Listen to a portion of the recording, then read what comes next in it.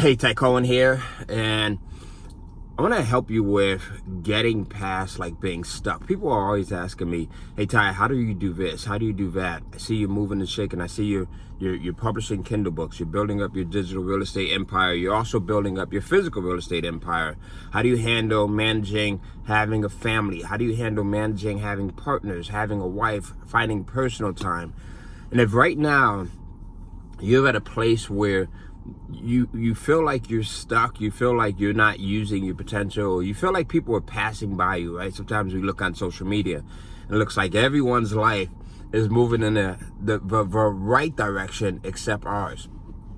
If that's how you feel, I'm gonna share 5 things with you that I personally use and have used that I hope will help you. So the first is to realize, like, anything that's out there, right? So some of this stuff is going to be just practical stuff, and then some of it will be things that you just need to just really know and understand, even if you don't understand like the logic behind it. But so the first thing is, if there's something out there that you want to do, there's other people that are doing it. Just realizing that there's other people that are doing it at a level that is probably nowhere near the level that you could do it at.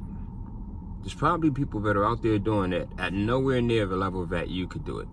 You know, I hear so many people talk about follow your passion, and then other people talk about don't follow your passion, right? Follow where the money goes. I say follow what resonates with you the most, whether that's following your passion or following where the money goes, right? Whatever resonates with you the most.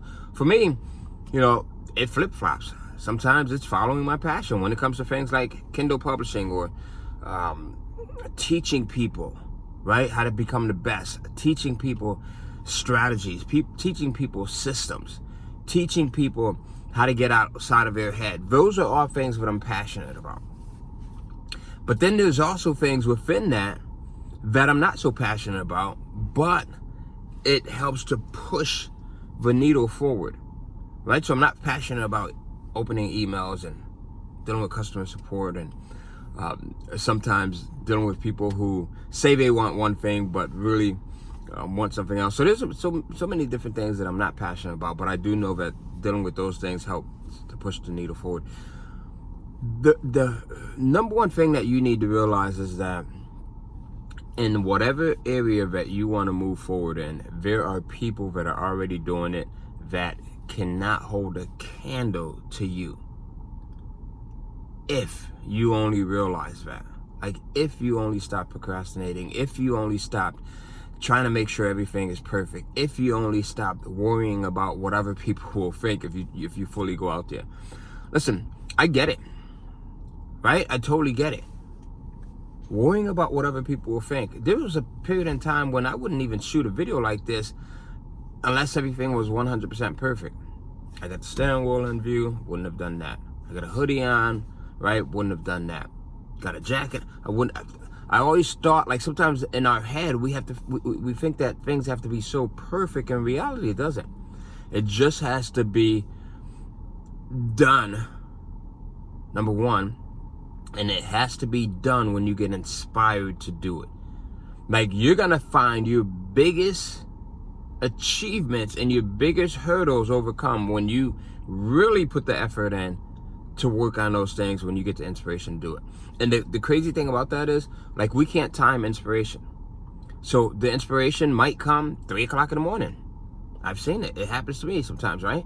It might come 6 o'clock in the morning.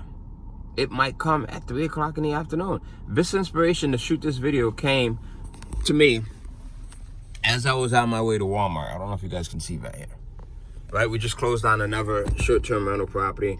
I'm on my way to Walmart to pick up some things for our team that's working on this property here, getting it right.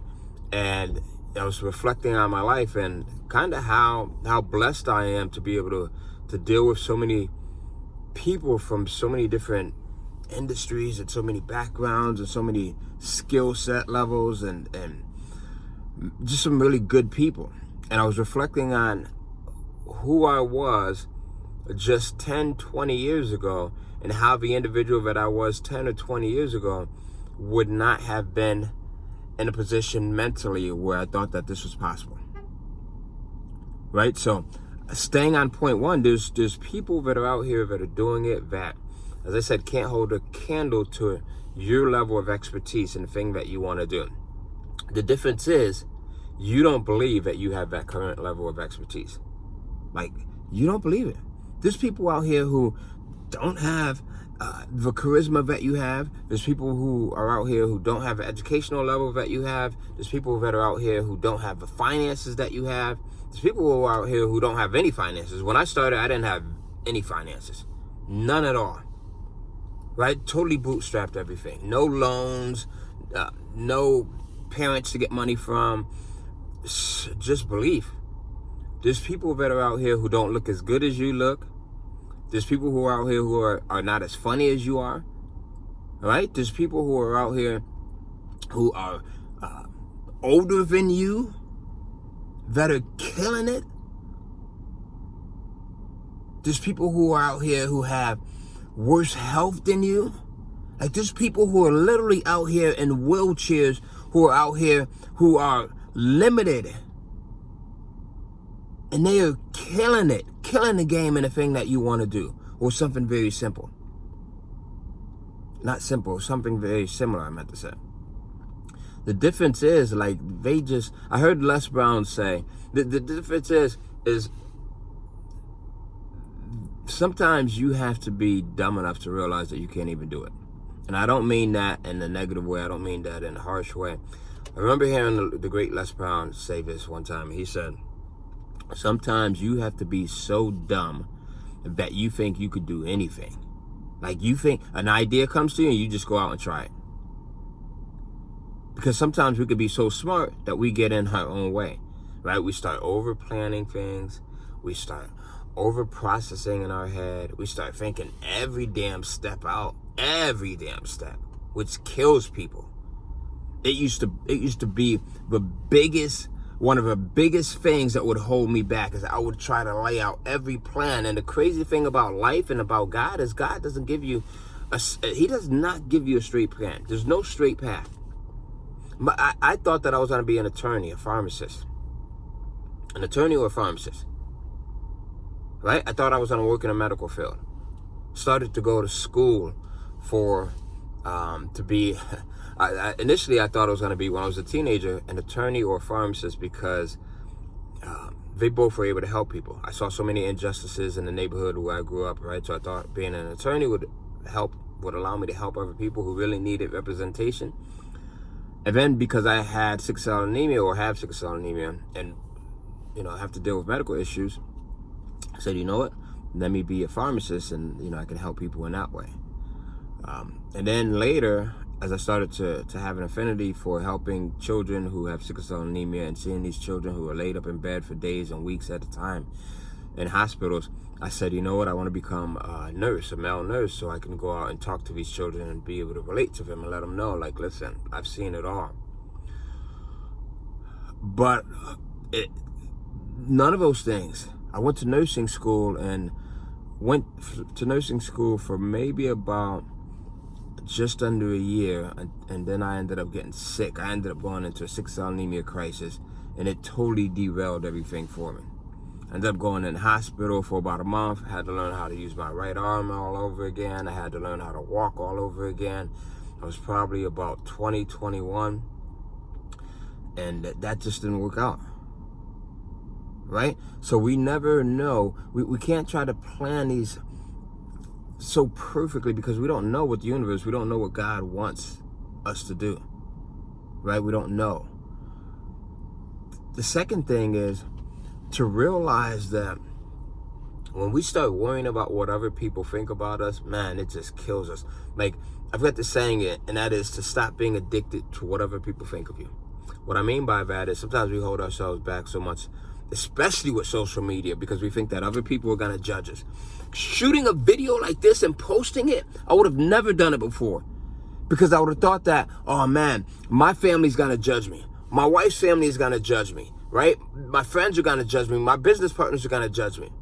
People who I don't even freaking know on the other side of a planet are gonna judge me. Maybe my eyes are darting back and forth in a video. Maybe I look crazy. Maybe they're gonna judge me because I'm a black man, or maybe because I got a hoodie on, or all types of foolish things that are the furthest thing from the truth can hold you back when you stay addicted to other people's opinions. Right? Maybe if I put the video up and no one likes it, because no one, right? People will watch your video and you'll get likes, you'll get comments, you'll get engagements from the dopest people that are out there. When I say dope, I mean, cool people who appreciate what you're giving. But then there's also going to be some people who will come in and they're the lurkers, right? And we know who the lurkers are. You might be one of the lurkers. Lurkers will watch a video and they don't show any appreciation, right? They won't engage on it. They won't like on it. They won't comment. And I realize that that's not because it's anything wrong with what I'm doing. It's typically because the other person doesn't know how to engage. And the other person is kind of afraid of what I may think or what other people might think about their comment. They may feel like they don't know what to put up. Right? I've had people actually tell me that. Hey, Ty, I love your content, man. You put up some great videos. I just don't know what to comment on them. Because I don't want to feel like I'm putting something stupid up. And if that is you, I'm going to tell you that one of the greatest things I ever learned is to show appreciation to other people. Because when you learn how to show appreciation to other people and for things that are happening in other people's lives, you get more appreciation in your own life. So just go in, and if you don't know how to appreciate whatever I'm sharing or anyone else that's sharing with you, just simply like the video or comment, throw an emoji up there, right? So I got that lesson from an older gentleman many years ago. We were riding in the car. I was riding with him, actually. I was riding to work when I worked at Walgreens Pharmacy, and I saw a guy in a nice car. I mean, it was a very nice car. And at that time, I liked cars, and I still like cars. You guys probably know I love dope-ass cars. So I'm looking at the guy as I'm driving. My car had broken down. I had a beat-up Datsun B210, if you guys remember what those are. And I kind of had some hate in my eyes. And I was like, man, it's not fair. Like, how can this dude have this car? And he doesn't even know how to drive it properly, right? I had all types of hate. And the older gentleman I was driving with, he said, you know what? If you ever want to be in that position, the quickest way to get there is to show gratitude for the gentleman that already has that car. To show appreciation for the gentleman that already has that car, right? To not hate, to not, throw shade on what he's doing, but to actually be able to say, you know what, that's pretty cool. Man, that guy's, he probably deserves that thing. I'm going to get one too. Because when you go in and you start to show animosity, or you start to show any type of emotion that's negative towards what someone else is doing or someone else has, and if you want to move in that same direction, you're really holding yourself back from that thing. It's as simple as that. You're pretty much telling the universe that when it comes to those things, my energy is negative. When it comes to those things, whatever it could be, people having great relationships, right? You see other people who are in great relationships with their spouse or significant, and you're not in a great relationship, and you kind of show, disdain or jealousy or whatever it may be for that. You're showing the universe that great relationships are things that I put negative energy to. So why would the universe ever give you a great relationship? Right? It's going to give us things that we put positive energy towards. The other thing is, so the fourth thing is, just really, and to be honest with you, right now, there's been a campaign, there's been a movement towards people that kind of talk about the next thing that I'm going to talk about. But if you ask anyone that has been successful in any area of their life, whether it is Kindle publishing, whether it is investing in real estate, whether it is their relationship with their children, whether it is their relationship with their wife, their husband, whether it is their personal relationships, their health, they have really understood the importance of the next thing that I'm going to share with you. And that is putting in massive, unbelievable amounts of work, unbelievable amounts of effort. That is really challenging yourself to do more than everyone else that's around you or that wants this same thing is willing to do. It's super simple. So one of the games that I'll play with myself is I will challenge myself to be better than I was in the past. To be better than I was in the past, right? I'll also challenge myself to be in competition with everyone else that's around me. Now, it might sound super simple, right? It's super silly, but it's something that works for me. So if you and I are shooting for the same thing, silently in my head, you are my fiercest competitor. So I'm going to put in the work when you are not going to. I don't care whatever else I have to do. I don't care if I have my wife that I have to go spend some time with. I'm going to spend my time with her. I don't care if I have my health that I have to make sure that I have to maintain. I'm going to make sure that that's in place. I don't care if I have to take my kids off to practice, drive them to college. I'm going to make sure that's in place. But after that, I am not going to come home and just rest and watch TV and football and all. I am going to put in the work because I know that very few people are willing to do that. I'm going to go in and make sure that I'm going to get up earlier, I'm going to stay up later, and I'm going to put in the work when my competition is not willing to do so. Now, here's the thing. So before, I used to make up all types of excuses as to why I didn't have the time to put in the work, why I couldn't put in the work. I would use things like, I've got a family, I've got 4 kids, I've got other obligations, I've got my job, I've got, other business, whatever it might be. I didn't have the money, right? Because we didn't have the money at times, right? My health. And trust me, I had the worst of the worst health. And I'm not telling you to forsake your health. What I am telling you is to watch what is coming in here that can possibly be used as an excuse so that you don't move towards the things that you want to move towards. Because the more you tell yourself those excuses, the worse it's going to get. The more true that those excuses become. So, yes, it's important to get rest, 100%. It's important to stay on top of your health, 100%. Right? I'm a huge advocate of those things. But the other stuff, watching the television, right? The hanging out with friends, all the other stuff does not matter. All right? Does not matter. And then the 5th thing, which is kind of in alignment with this, I'm going to leave this with you, is the discipline. So having massive focus, ungodly discipline. Discipline to the point where, again, it kind of ties in to number 4. You are in competition with other people, and you could silently be in competition with other people. You could silently say, this person is easily distracted, right? This is someone that has to, they can't do, sometimes I'll say to myself, okay, if I'm talking right now, how else can I talk and get something else done at the same time? Meaning, if I'm talking to my wife or to my kids or to someone else, right? And can I use that time at the same time to maybe clean up around the house, or to maybe, do something else that may allow me to use that same time, but at the same time keep communication with my children or with my wife or with my partner or whoever it may be, right? I noticed that there's some people that when they're talking, they have to stop everything, right? So that's just a small example. How can I be so disciplined in what I'm looking to move forward on that everything else that doesn't move me in that direction becomes a distraction, right?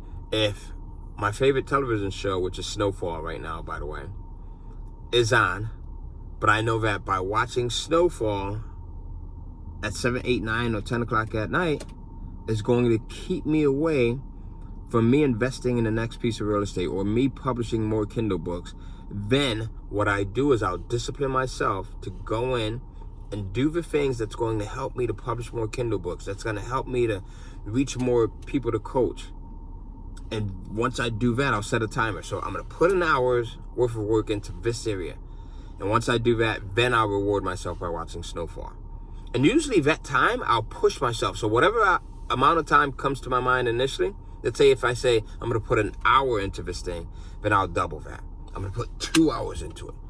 Because typically what happens is we want to go with the easiest time frame, right? I'm going to put 15 minutes into this and then I can go watch snowfall. No, I'm going to put 30 minutes into this, right? So disciplining yourself. The discipline is going to be the biggest factor for you. It's going to be one of the biggest factors. It's going to help you to get out of bed when you don't feel like getting out of bed. It's going to help you to stay up a little bit later when you don't feel like staying up. It's going to help you to focus on the things that you should be working on so that you don't get distracted by YouTube or Facebook or Instagram or TikTok or Snapchat or any of the other things, or pick up the phone. It won't allow you to get distracted when someone's calling you just to chit chat.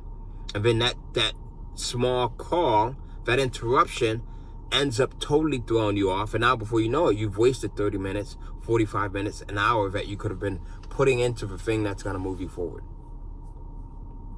So some of this stuff becomes super simple. That last bit, discipline, I've always been a lover of. But I really understood the power of it when there's a billionaire, someone who's built up $1 billion business. I was vacationing with him a couple of years back. And I really saw how people who are super successful use discipline to their advantage. And I'm not going to share this person's name because if I did, you probably, there's a 99% chance that you know who I'm talking about. But I remember we were on a cruise ship, and there was a bunch of entrepreneurs and a bunch of marketers, business folks. We were all on this cruise ship. It was about 400 of them. And which reminds me, I'm going to leave you with one last tip. And we were going to, it was about 10 o'clock at night, maybe 10:30 at night. A bunch of us were dressed up. We were going to a comedy club on a cruise ship, right? We're all friends. There's billionaires, or he wasn't a billionaire at the time. Didn't have $1 billion company. He was part of our friends too. We've known each other for well over a decade, right? The whole group of us. And we say to him, we see him in passing in the elevator. And we say, hey man, we're about to go out to the comedy club. You should come with us, right? And before, yes, he would have done this. Easily. He would have, oh, dude, what time? I'm going to come in. I'm going to meet you. Where's it at? Save me a seat, right? That was our conversation. He was walking up the stairs. We're in the elevator corridor. The stairs were there. He's walking up the stairs as myself and one of the other parties in my group called out to him, hey, man, we're going to the comedy club. You should come with us. He's walking up the stairs, he stops, he paused. You could tell that he wanted to come with us because he walked back down about 2 steps, and then he caught himself. You could see him thinking, and all of this happened in about 40 seconds, 30 seconds. And he said, no, I got something I got to work on my business. And he walked back up the steps and he went back to his cabin, his cruise ship room. And at the time, I thought it was the weirdest thing ever. Like, dude, honestly, I had mixed emotions about it, to be honest with you.